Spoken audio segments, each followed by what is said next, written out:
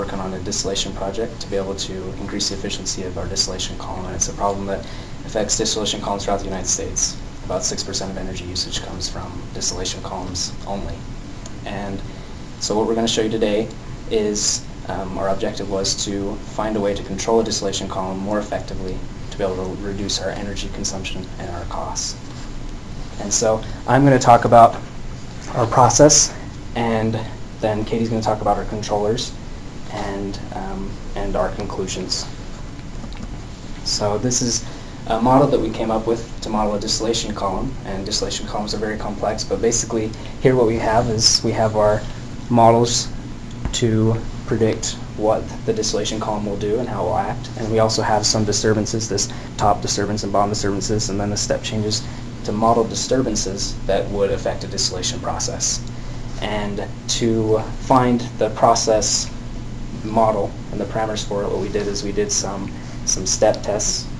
We would change the set point, and then from that data we found the parameters to model the process, and using some correlations, the IMC, ITAE, and ExxonMobil correlations, we found which tuning parameters would work the best. And you can see right here from that red and the kind of gray line, those are the Exxon tuning correlations, and those worked the best. They had a quick response, but also there was minimal oscillations, and so we chose those to work with for our process.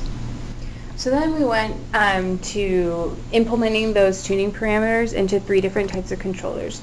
First we had an interacting, a non-interacting, and then a nonlinear controller.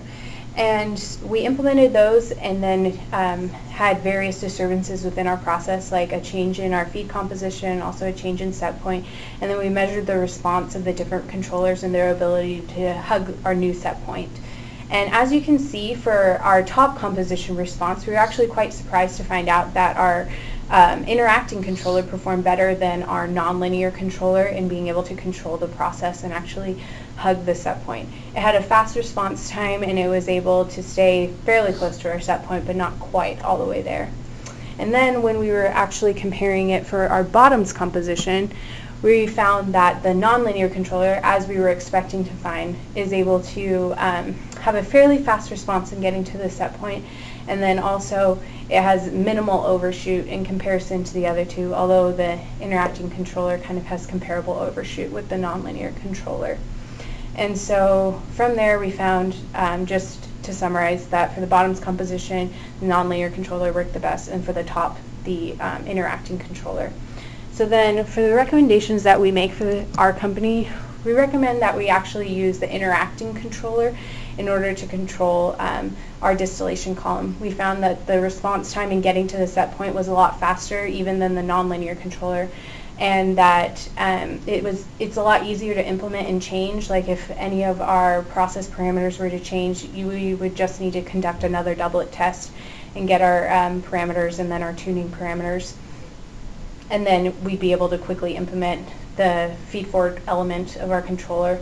And then we also found that even though for the bottoms composition the nonlinear controller performed a little better, the overshoot for the nonlinear controller and the interacting controller were comparable, so it didn't really make much of a difference. And then right there you can see our recommended tuning parameters that we had. So we recommend that in order to save money and save energy, that we implement our interacting controller for our company.